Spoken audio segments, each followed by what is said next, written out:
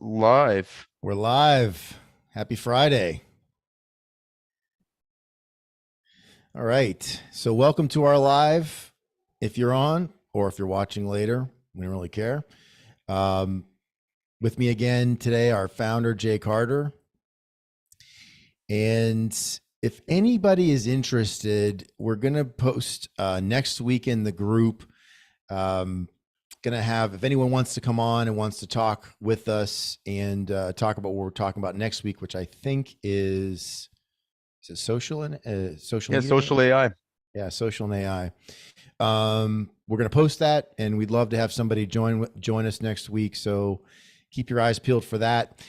Today, though, we're going to talk about project delays, and it's going to be a scene, man.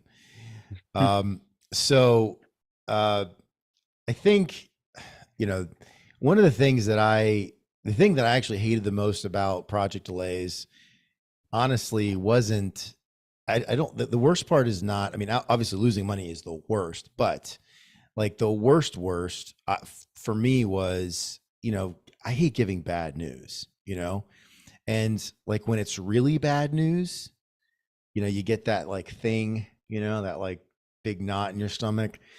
I remember we had a customer that has like 25 storage, personal self-storage locations in the greater Pittsburgh area, and like really sharp business guy. His thing was he wanted to be the Nordstrom's, which is the American like fancy department store, Nordstrom's of self-storage. So all of his places, very nice, everything and he's really buttoned up himself.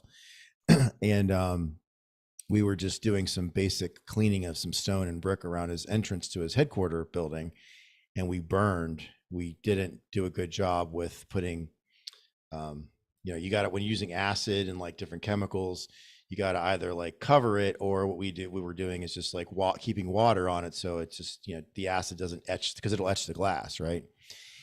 So, had plenty of people there, but we did not do a good job. And we burned like $22,000 worth of entrances, 2 entrances, exactly the same, brand new. He had just had them installed. It was a fight to get it. There was a backstory with that. And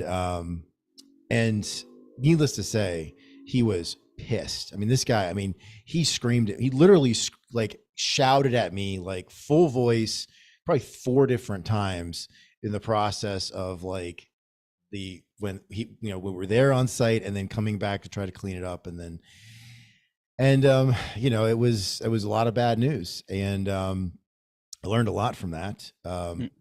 First of all, I learned a lot about, it was a simple thing, right? It was a small job. I think it wasn't even a $10,000 job, right? It's like, it was half a day's worth of work. So it was all at grade. So it was like, we didn't have to get any machines or anything. It was just had one buck of rolling scaffolding. That was it. And we aided in the insurance for 22 grand and pissed off a customer that had given us, I don't know, $1.5 million worth of work over the course of 3 years. So,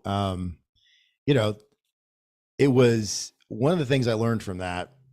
And it's not one of those things, it's not one of those stories where I could say like, there's this great ending, because it really doesn't have a great ending as far as that customer goes. I literally called him probably half a dozen times over the next 2 years, and just would randomly apologize and just be like, hey, let me know if there's anything I can do for you. And just like basically just trying to like get back in his good graces.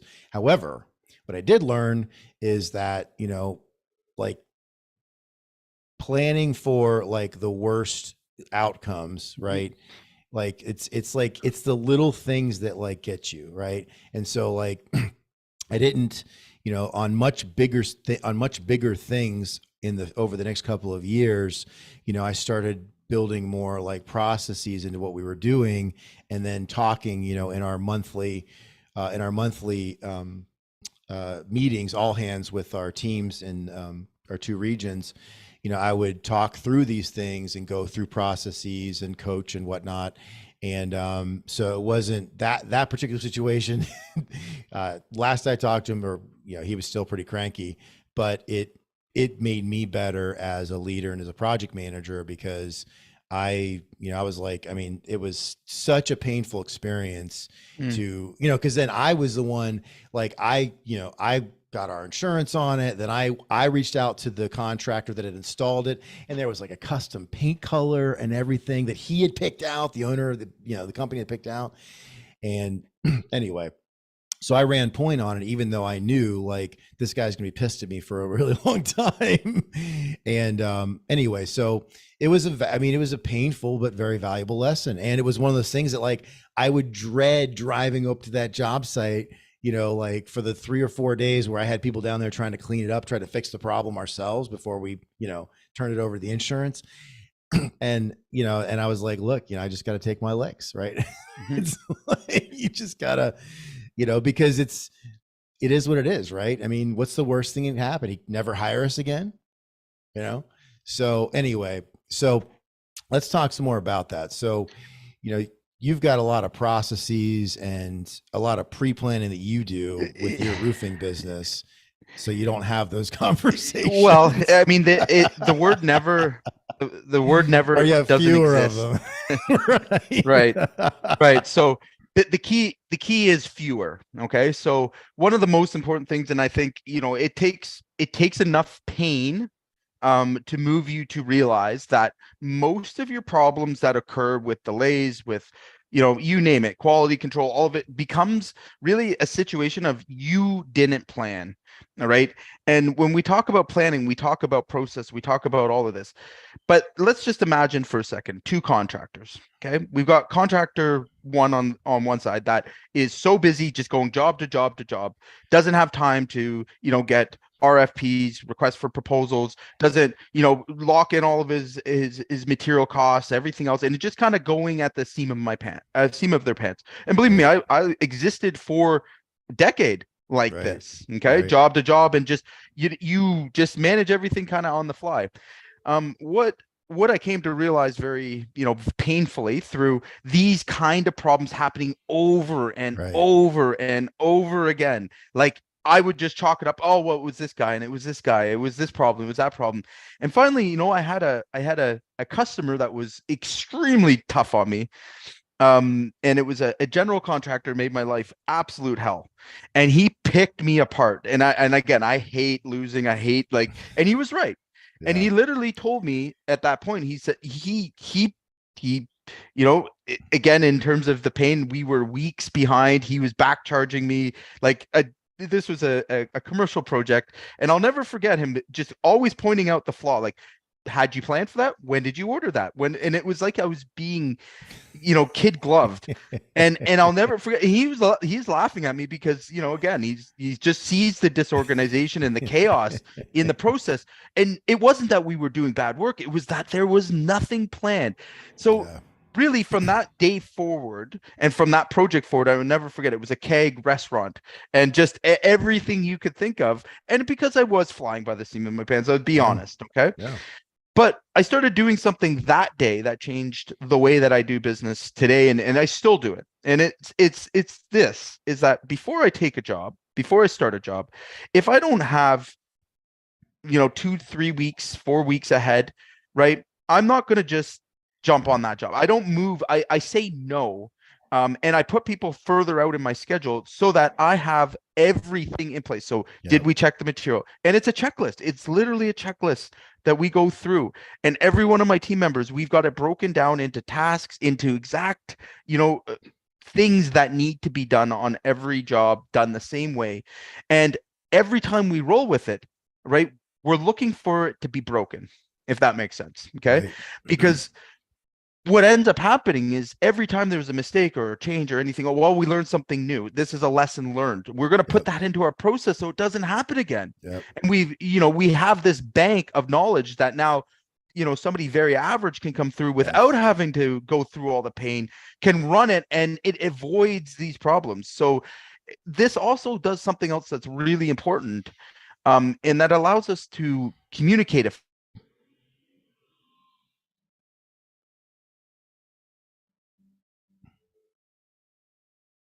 Oh, I think Uh-oh. he just froze there. I heard communicate effectively. I think that's where it froze. This Did you happened catch twice that? now. Are we still live? I think we're still live. Yeah, we're still live. Yeah, I see us on the screen Yeah, now. I think we're still live, but Yeah, my so my internet's for some. Okay. well, you're still. So I can still see you. Yeah. So you said communicate go effectively. ahead. That's where you left off. You can still hear me okay? Yeah, I can hear you fine. Yeah. Yeah, so again, this is the easiest thing of all to take care of, right? So again, communication comes back to what we were talking last week. Like, why don't you let your crews know ahead of time? We have company cam, we do a pre-job inspection, we go through every detail of that job. All right, we lock in our material price, we know when the deliveries will be, and that's before the job even goes. And we could do so much more projects because we Right. took that time to plan, right? Yep. And we can also communicate with our guys. Our guys get used to having jobs being well organized, having, being able to see a 2, 3, 4 jobs ahead to know where the problems will be. And we let them buy in on that. We let them Yeah. share their opinions on, and we talk about as a team what leads us to our next thing is where's the risks? Where's the problems? Right. What have we already learned from that we need to be aware of? And again, if you communicate that awareness of the problem or the risk, that eliminates a lot of it from occurring, right? It's when you go in blindly to jobs, maybe you're aware, maybe you're not, but if you're not utilizing your team to identify these risks and to bring them up, and you've got a good way of planning for them, that's how these delays happen, right? And it's not delays are going to happen no matter what, okay? Yeah. Right. But it's the frequency of which they happen. Do you have them every other job? Do you Right. have them once a year? Right? What is it going to be? So, I mean, in terms of, really managing the risk, it starts with planning, effective communication, Right. really understanding, what constitutes a risk. And then, we move into resources. We talk a lot about, what are the resources we need? What equipment needs to be there? Okay. Yeah. What tools need to be on site? Is it going to affect other projects? Right. So really being aware. And then here's probably the best thing that I did in my business is I made one person only in charge of logistics of the equipment and the resources. Okay. Yep. So if we're ordering, it goes through one person. Yep. All right. And again, it's lessons learned. We're not going to have them perfect every time, but I know that my material, like we call them material handlers, they have a manager, Yep. and they're managing all of the equipment, the we use roll formers and all types of stuff. So I've got one person that is the main contact between the sales, right, production, Yeah. and we have a material handler. That's Yeah. made a significant difference. The other, for guys that are maybe not at that scale yet, resource management really comes down to is utilizing your partners, utilizing your suppliers, right? Right. Making sure that you have good communication with them, letting Yeah. them know, all right, here's the details of this job. Like, I need this Yeah. delivery at XYZ, not just calling them up the day you need it and then, Right. pushing them on. And I'll give you another, I'm probably rambling a little bit here, but No, I'll give no, you it's good stuff, another man. I'll give you another really good insight on this. Yeah. If you're the type of contractor that on Friday messages your supplier and tells them, hey, I need this and I need that and I need that, I promise you that you are paying the retail price Right. for everything that you're getting. Right. Okay. Right. Because they're dinging you. Do you not think that the suppliers make their money on the nickels and dimes, right? Right. That extra, thing here and there, like, getting them to, be able to jump and jump through hoops doesn't save you any money. All right. Right. It makes things more difficult and they charge more for that, right? That's the extra delivery costs. That's the little things that end up pushing job costs way, way over where they should be. Right. And then accountability, right? So where owners need to really be focused on is holding accountability. If you got guys and crews that, again, decide at 5 o'clock, and I know this is a hard one to avoid, oh, boss, I need this. Yeah. And you've got to somehow jump through the hoops. You've got a Right. broken system. Okay. Yeah. That means that you have to move. Your whole business has to move to solve this one problem. And it stops you from doing everything else. Why did that happen? How did that happen? What Right. happens when that happens? Right? Those things have not been communicated. Like, is there a point man that, again, the funniest things that I see, and it blows my mind, is the owners driving around in the pickup truck, dropping off material like, well, the guys needed it to get the job done. But no, you could hire Yeah. someone for 20, 22 bucks an hour that just runs around. If you've got one or two jobs going even, Right. and they're the point person, maybe they work as labor on the crew, whatever. All right. But you need someone managing resources, managing material, managing shortages. If you are putting yourself in that, that's chaos. That is just instant chaos. Okay. Because it Yeah. does happen. Well, It does occur.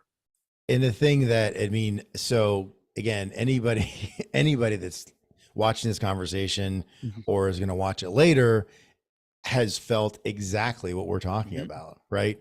And I mean, my first 2 years in the masonry restoration business, I spent 25% of my time chasing saw blades and Mhm. like chasing grinder blades. That was probably the thing I did, Yeah. or going to get new grinders because a grinder got blown out, or Mhm. chasing a fucking box of case of caulking or something. And you know, it was like, I could see tangibly where, this is costing us money, right? Mhm. Because oftentimes what I would leave is I would leave a job site, Mhm. that an active job site. I would push doing an estimate on Yep. a job, That's right. right? So that would get pushed an estimate. And I definitely lost jobs because, that's a speed. I mean, Right. there's a speed you have to have as a contractor. Like sometimes the first guy gets it. Right.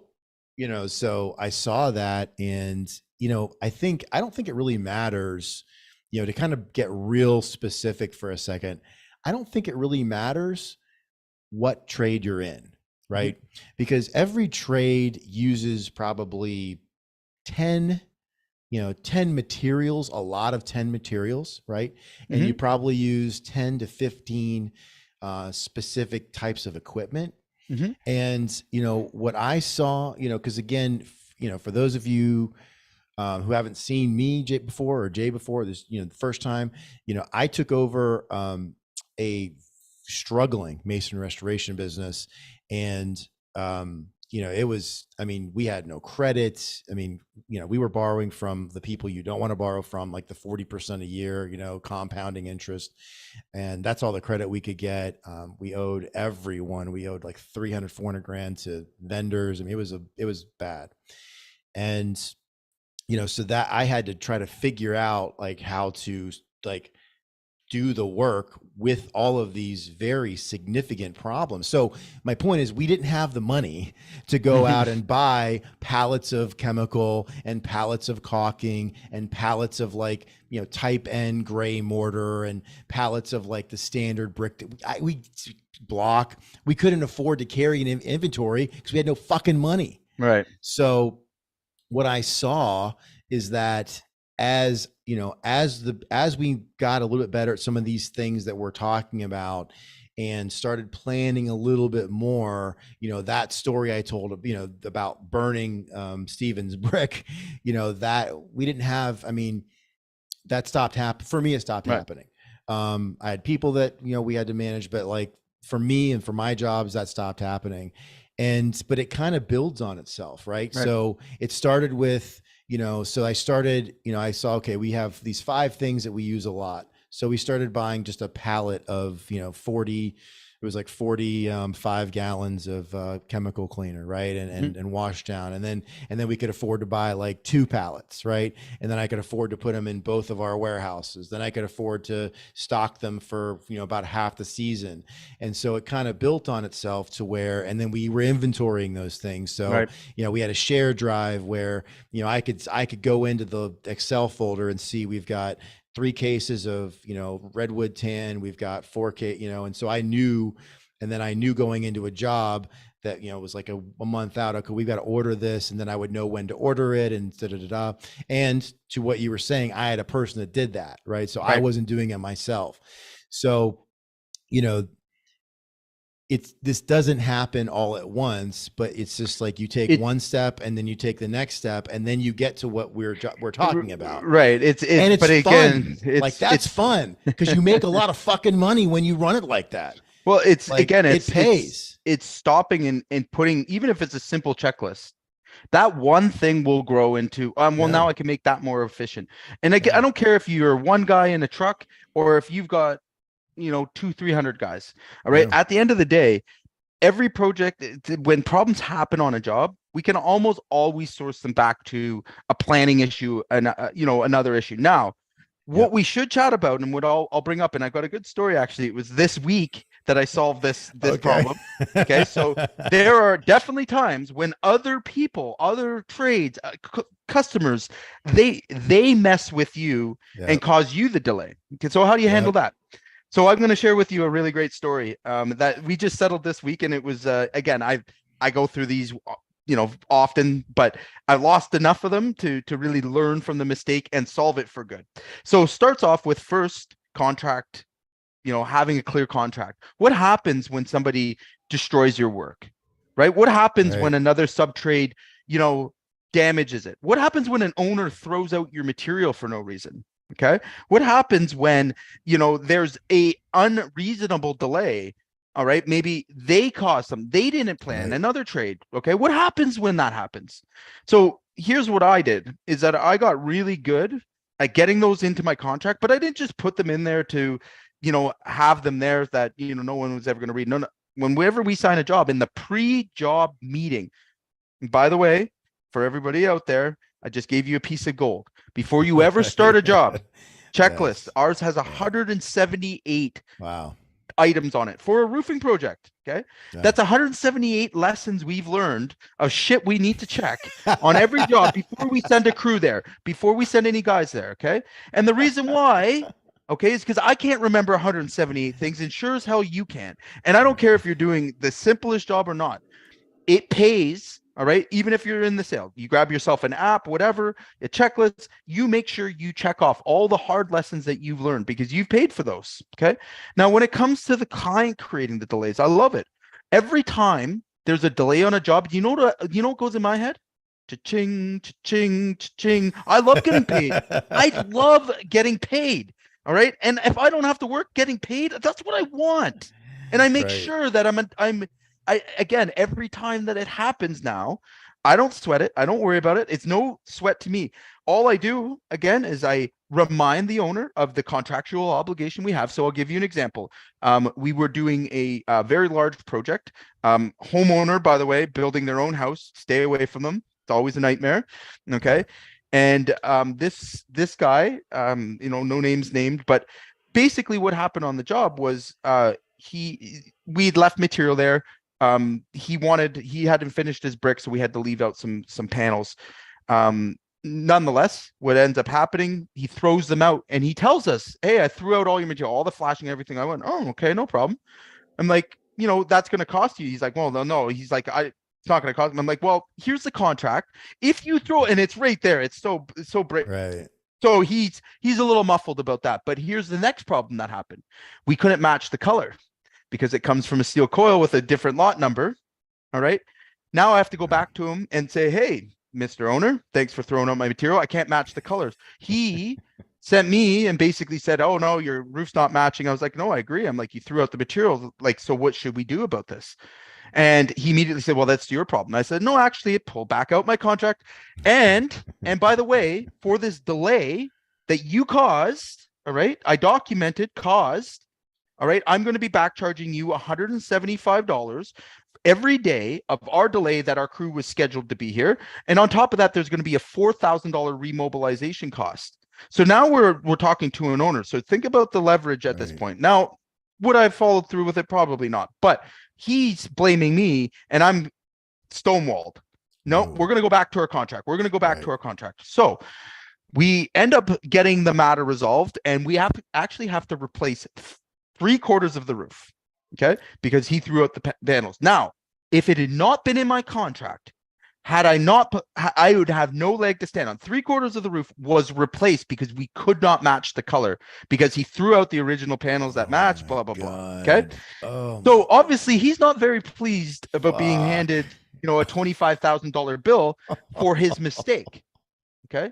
Now, let me ask everybody on this call, Wow. honestly, if you looked at your contract, all right, and again, this it doesn't matter. What would happen if you were in that situation? Contractually, if I didn't call that out, all Yeah. right, I would have been 100% on the hook for it. I would have had to bite the bullet. And I wonder how many of you guys go through this experience where somebody else causes a delay and then you have to pay for it, right? General contractors are famous for making the trades pay for it, right?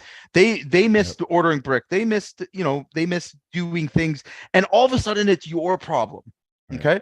This is where you have to really embrace the pain that you go through and not just move on and be like, oh, there's another loss. Oh, there's another loss. Oh, Yeah. there's another loss, because there's a pattern to it. If you want to work with, multi-trade projects, you best have a very solid contract and understand where your delays and risks are. If you don't understand those things, okay, then, and you're going to learn the hard way, all right, only learn once. Don't learn over and over and Right. over again, or never learn at all. All right. When something happens, you stop, you slow down, okay, and you take a lessons learned. All right. Whether it's yourself, whether it's your team, you document that loss. Why did that happen? How Right. did that happen? Was it this delay? Was it that delay? And that will lead you directly to the preventative problem. So again, we're talking about project delays here.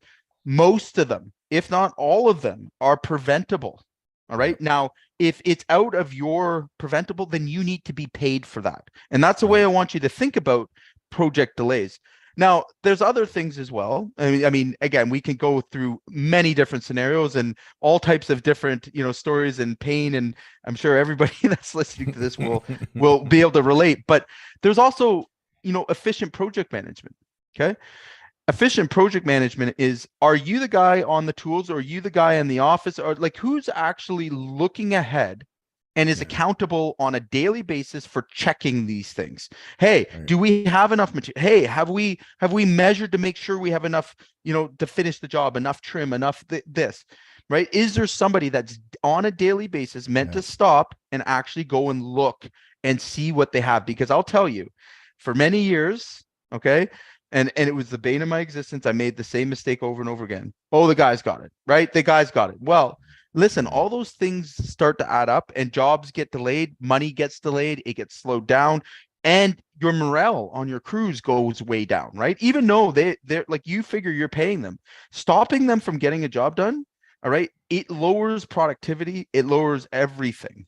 All right. Yeah. So the first thing is make sure you've done that, but then have checks ongoing, right? And it's so simple, even for yourself, if you're working by yourself, right? Are you checking your material? Are you counting your material when it comes in, right? Do you know that the supplier actually dropped off that many, Right. faucets or that many things? Are you actually checking that? Okay. And then are we taking 10 to 15 minutes a day where we're planning ahead, where we're taking ourselves out of the production mindset and we're looking at, okay, now what do I need to make sure I have ahead, right? And getting that off your plate, right? Making sure that, don't wait till the last minute to order anything. Like, get this stuff done now, get those orders in, make sure that, you've covered your ass. And that's just the basic of project management. You can advance on top of all of that. If you can't do that basic thing and your company's struggling with those basic problems, oh, I'm short this or I'm short that, and it's constant, then you've got a broken process. Okay. It's not the guys, it's not the people in the field that are failing you. It's you that are failing to lead them to the solution, right? Right. They didn't get into the trades to solve your, logistics problems. You're in the trades. That's your job. Okay. Right. So, and I see a lot of owners, and I hear it, they're frustrated with, oh, well, my project man, but did you ever Right. train him? Did you ever give him a tool or tell him that this is your role and responsibility and this is how you're going to make it, things, you're going to report to me on a daily basis on what we need? No. Most of you guys that have not, you just expect that somebody is going to, think of those things. And the reality is no human being can think about all the little details. It's a team effort, right? And again, it's systems and processes and procedures. I would say it's more procedural at that point of Right. what do we do and how are we learning from our mistakes, right? How are we preventing these from happening over and over again? How do we, and when you start asking those questions, you'd be very surprised how easy the solutions are, right? Right. And where they lead you to as an operation and as a business. The last thing that I would really, for guys that are in a higher level, have been doing this a couple of years, one of the big things that I would have to bring up, and I'm a data person, is once you've built out these processes and you've got tracking and you're collecting data, that is where the money is. I assure you. When you can see what your inefficiency is from crew to crew to crew, immediately we can set KPIs for that crew and correct them. Okay. So daily reports, for example. All right. I know every job that is a delay and I know who's on that job. All right. That gives me the opportunity to coach up or coach out. If somebody is consistently wasting material, losing, product or damaging, damaging stuff, or has problems with their clients, then I know that I'm going to go down the line. I'm going to find out exactly where that problem is very quickly because the data doesn't lie, right? People lie, things get exaggerated, but data never lies. And we're going to set a KPI to improve that, that outcome. Now, again, it takes some time. It takes the basic stuff. If I didn't have the checklist, I wouldn't have, put it into a digital form. If I didn't put it into a digital form, I wouldn't have been able to collect it data and I wouldn't have been able to analyze it, right? So one step at a time. But for guys that are doing big business, your money is being won or lost in these kind of exchanges, right? Yeah. And the delays are just again, they could be for a lot of companies, and I don't know that a lot of companies are in this chronic stage of delay where every job they do is way over. They don't even start with a timeline. They don't even start with a schedule. They don't communicate it to their crews. They don't tell their crews how many hours they have. They don't push them to get to that, that finish line on time. And again, you're losing money that way. You're losing, you're basically telling your men, hey, we're going to go out and play this game of hockey today. But we're going to take all the nets away. There's no score. Are we, I'm going to get you out there on your shoes, on the ice. Are we even playing hockey at this point? Right. What are we doing here?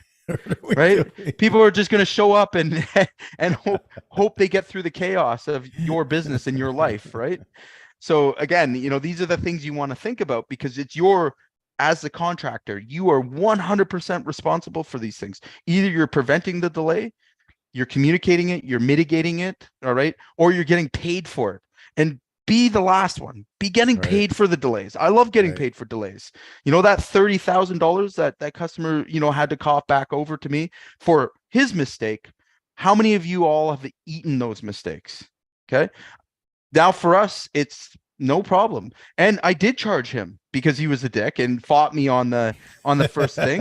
And it brings it up and brings it clear. I had so much leverage. And at the end of the day, they're like, nobody's going to fight over it. It's no argument. It's a clear cut, dry, you'd cost this. We documented it.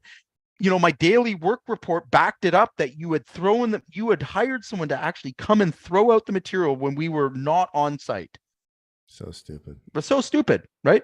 But again, how many contractors get caught in these situations, where now they're stuck in the middle and it happens. It's unpreventable. It's going to happen, big, small, experience, not experience, it doesn't matter.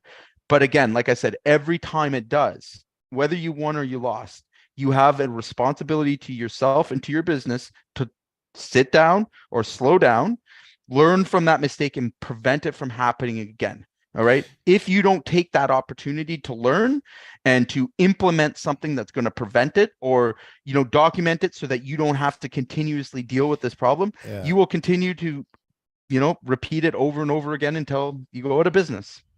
So let's give, so for the guy or lady out there that is where we were, right? And because I remember, and I didn't have any experience in contracting, so I was really at a disadvantage.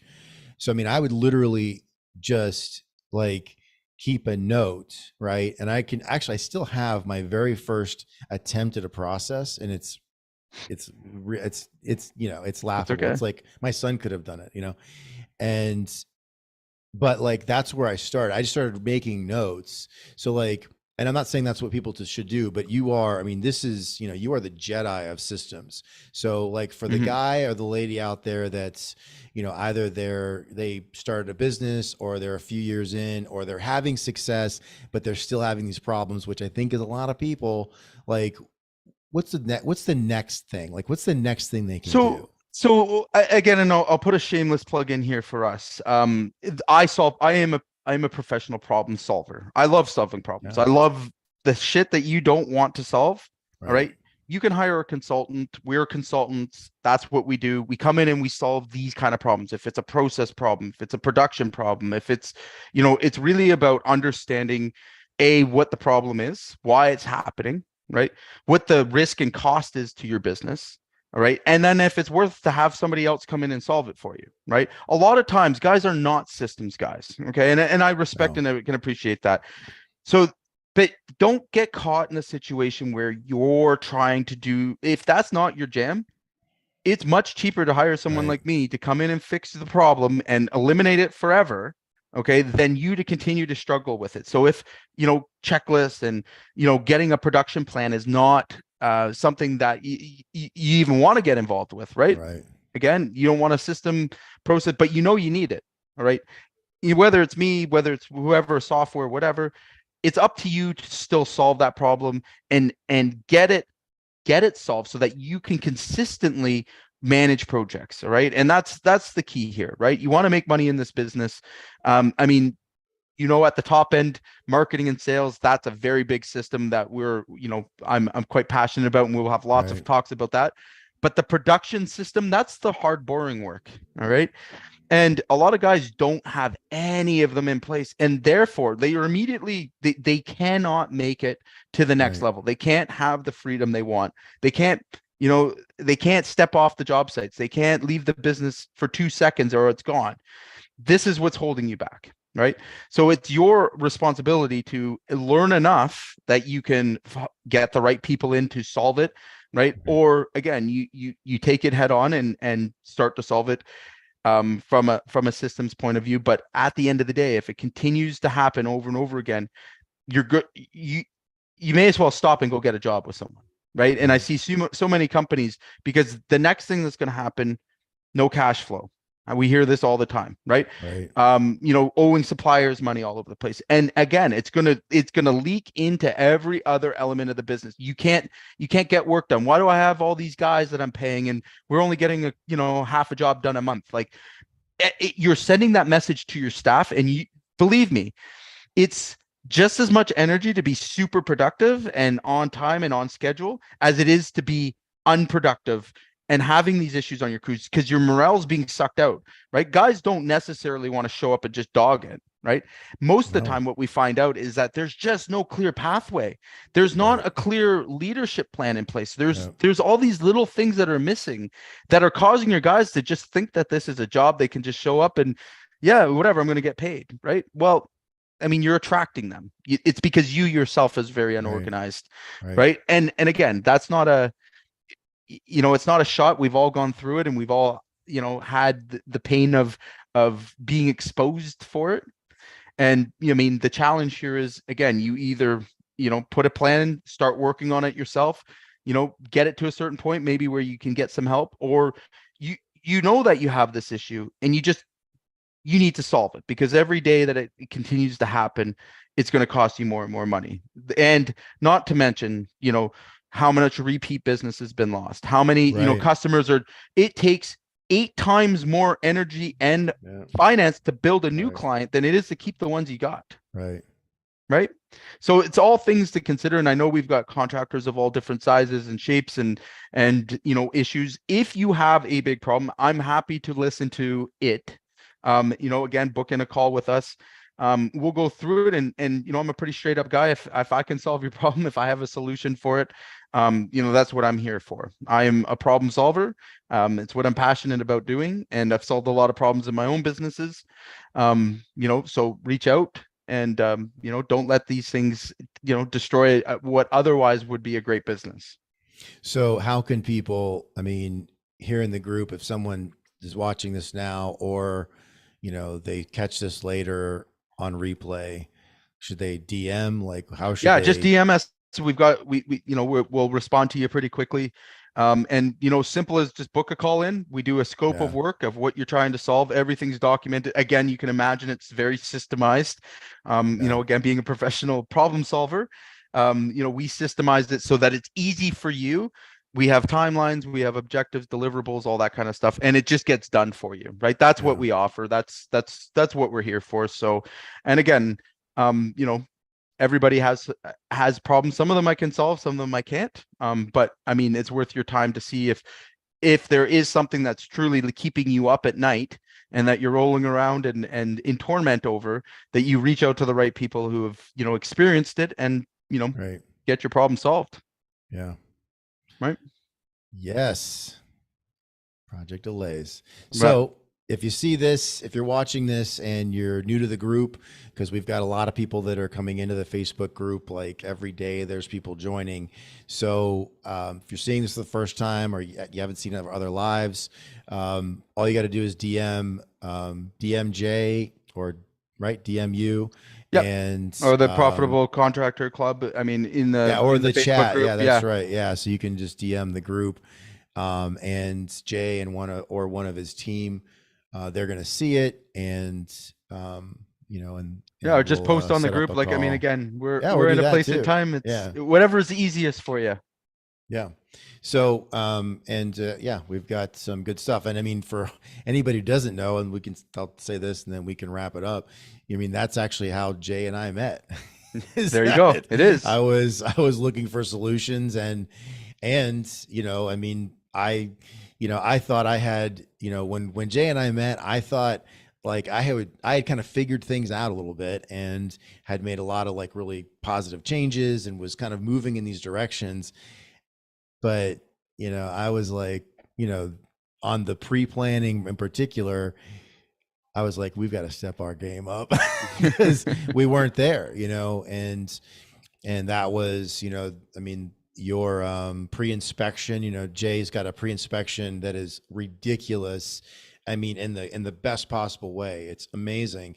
And I ripped that off, man. I put that into place, and you know, I mean, it's the little things, It's right? little things. For us rolling these big machines in, we were always cracking concrete pads, and, you know, and so for 2 years, I, on my jobs, I didn't have to pay for any concrete, Right. because we took pictures, or we told the owners, look, there's no way this is going to survive. This machine is, you know, is 30,000 pounds or 40,000 Hmm. pounds. There's no way this concrete survives. Right. So Hold before we went harmless. in, yeah, Here we go. before we went in, we had the conversation.